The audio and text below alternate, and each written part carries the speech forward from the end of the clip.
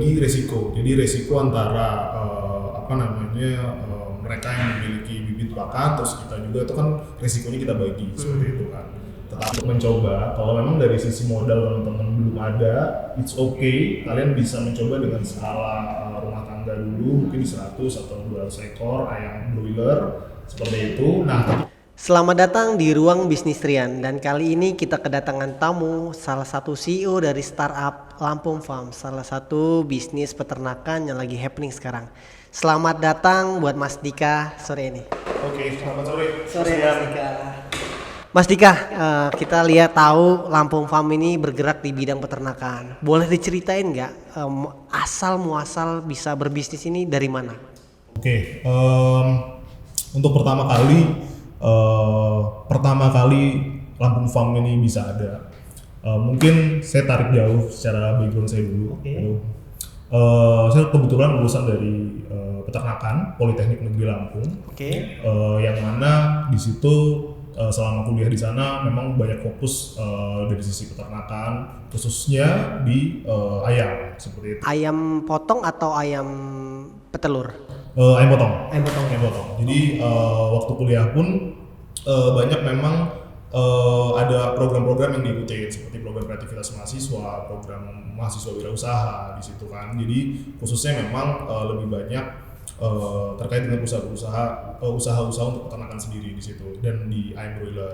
Oh, justru malah dari waktu kuliah sudah coba-coba ya membuat startup, membuat bisnis ini, merole modelnya gitu ya.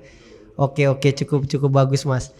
Mas, motivasi terbesar nih untuk, kan kita tahu kan kadang kan memang jurusan kuliah itu memang nggak inline dengan yang dilakukan bisnis kedepannya. Cuman motivasi terbesarnya apa nih? Kok bisa tiba-tiba coba ke bidang peternakan gitu loh? Mungkin karena dari awal itu lebih secara diri sendiri tuh ingin wirausaha dari awal. Cuman memang kita tahu lah ya, di awal ketika kita lulus kita nggak bisa langsung nih. Iya, betul. Kita pasti harus bekerja dulu gitu kan. Nah, awal bekerja pun memang nggak sesuai dengan background saya sendiri gitu kan. Jadi sempat kerja di perusahaan rokok sebelumnya gitu kan, sampai dengan bisa ketemu beberapa relasi yang kemudian bisa memberikan support juga dalam bisnis ini seperti itu. Dan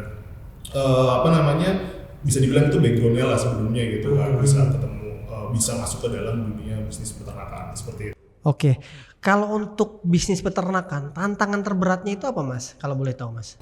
Kalau tantangan terberatnya itu pastinya gitu kan dari sisi manpower gitu kan, dari sisi manpower yang mana kita tuh memang perlu training mereka. Betul. Seperti itu. Jadi memang manpower yang ada di daerah itu kita harus gandeng mereka seperti itu, khususnya untuk lingkungan sekitar ya. Jadi kita ngebangun peternakan kita di daerah mana, setelah itu di situ kita harus menggandeng warga sekitar gitu kan, dan itu kita harus perizinannya lebih cenderung ke perizinannya. Ya, perizinannya, terus kemudian dari sisi kita juga memberikan dampak lah terhadap masyarakat juga seperti itu kan. Jadi kita merekrut dari warga sekitar seperti itu untuk kita bawa ke ikut bekerja di peternakan kita seperti itu. Oke, itu di situ challenge-nya lah.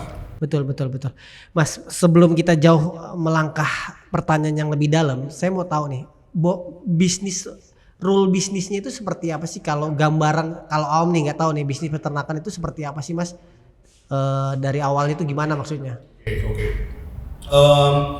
Pola bisnisnya sebenarnya yang saya lakukan sekarang ini lebih banyak partnership dengan perusahaan yang sudah besar, gitu kan? Karena kita tahu seperti beberapa perusahaan besar yang fokus di peternakan. Jadi kita tuh memang dari sisi saya melihat di situ harus berpartner, gitu kan, berpartner dengan mereka.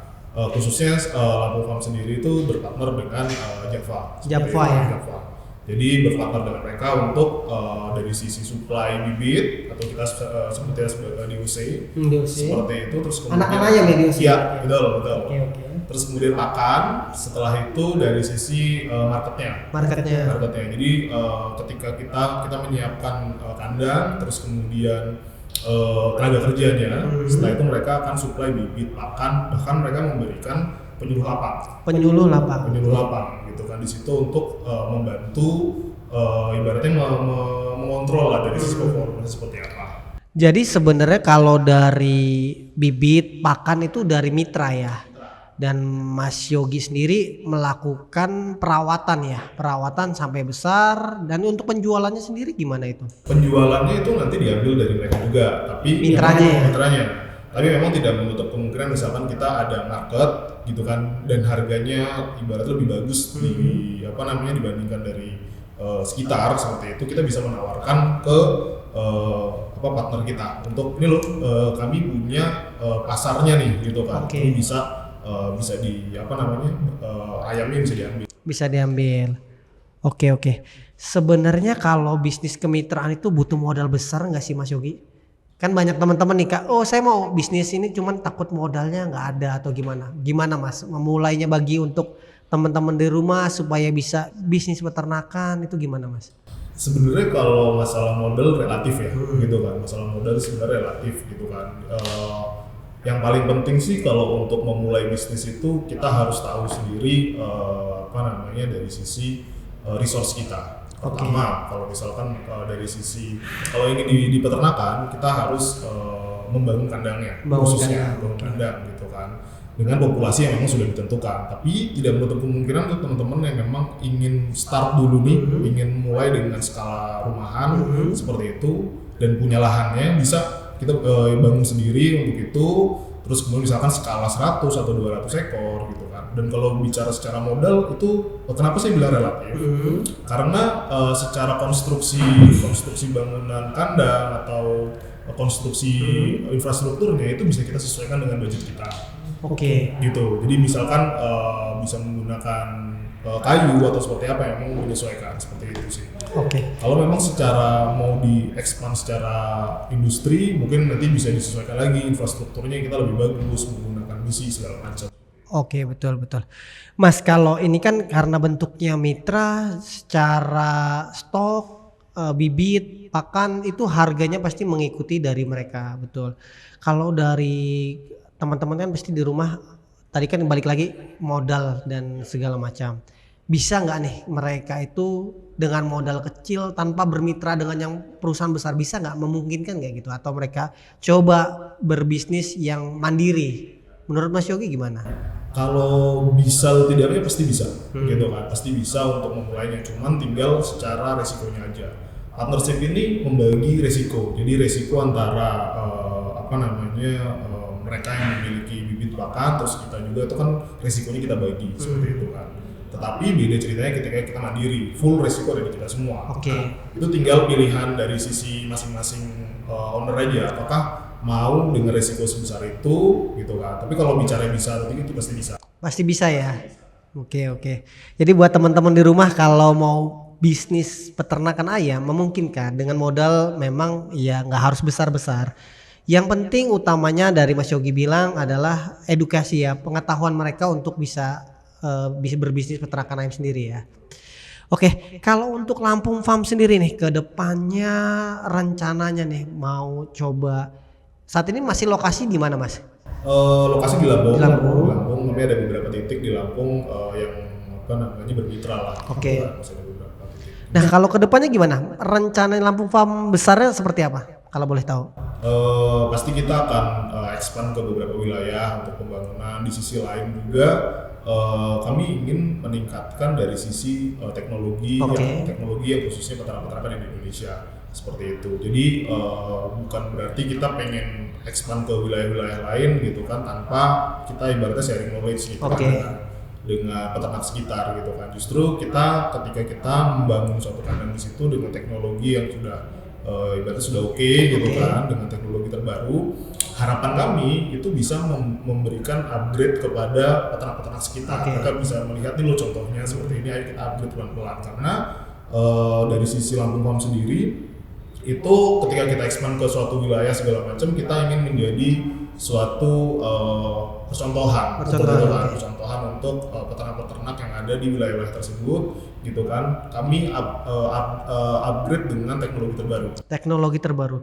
Jadi ini merupakan salah satu pembeda ya dari teman-teman mitra yang lain dengan Lampung Farm. Mungkin Lampung Farm lebih upgrade ya secara sistem dan secara apa lagi nih yang Teknologi ya. Seperti itu. Jadi kita bisa bilang efisiensi dari sisi performance. Kemudian kalau di ayam itu kita bisa nyebutnya FCR, feed conversion ratio-nya bisa lebih efisien di situ. Seperti itu. Karena secara lingkungan kita menggunakan sistem closed house di situ dan juga kita menggunakan cage system. Cage system itu yang masih jarang digunakan di Indonesia. Oh, apa itu, boleh tahu sedikit Mas? Ya, cage system itu dalam satu kandang di situ kita nyebutnya closed house gitu kan. Ada blower, ada cooling pad di situ untuk pendinginnya. Dan di dalam situ sistem pemeliharaannya itu kita tidak dihampar. Oh, tidak dihampar. Jadi ayamnya tidak dihampar, atau kita bisa menyebutnya postal gitu kan. Postal biasanya kita hampar, kita menggunakan sekam segala macam di situ, tapi ini tidak. Jadi kita menggunakan rak gitu kan. Rak ini yang memang sudah berbahan galvanis, jadi tidak akan berkarat di situ. Dan di situ kita menggunakan cage system. Nah, apa sih sebenarnya keuntungannya dengan menggunakan cage system ini? Pertama dari sisi efisiensi pakan. Betul, pakannya itu benar-benar bisa efisien karena apa? Karena kotoran ayamnya itu langsung keluar. Jadi di bawah rak itu ada konveyor yang mana setiap hari akan membersihkan kotoran ayam tersebut. Betul. Itu bedanya dengan postal. Postal itu kita menggunakan sekam yang mana kotorannya itu sampai dengan panen. Gitu. Dan itu dari sisi kenyamanan ayam berbeda. Gitu kan. Nah, itu ketika ayam lebih nyaman, harapannya ketika konsumsi pakan yang dimakan di situ itu bisa lebih efisien. Lebih efisien dari pakan ya. Kalau dari segi pertumbuhan dan durasi waktu gimana itu?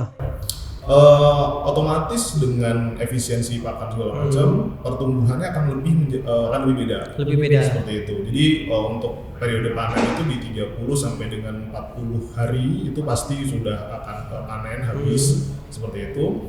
Tapi bobotnya yang akan ada di dalam cage system itu akan lebih berat dibandingkan dengan yang postal. Seperti itu.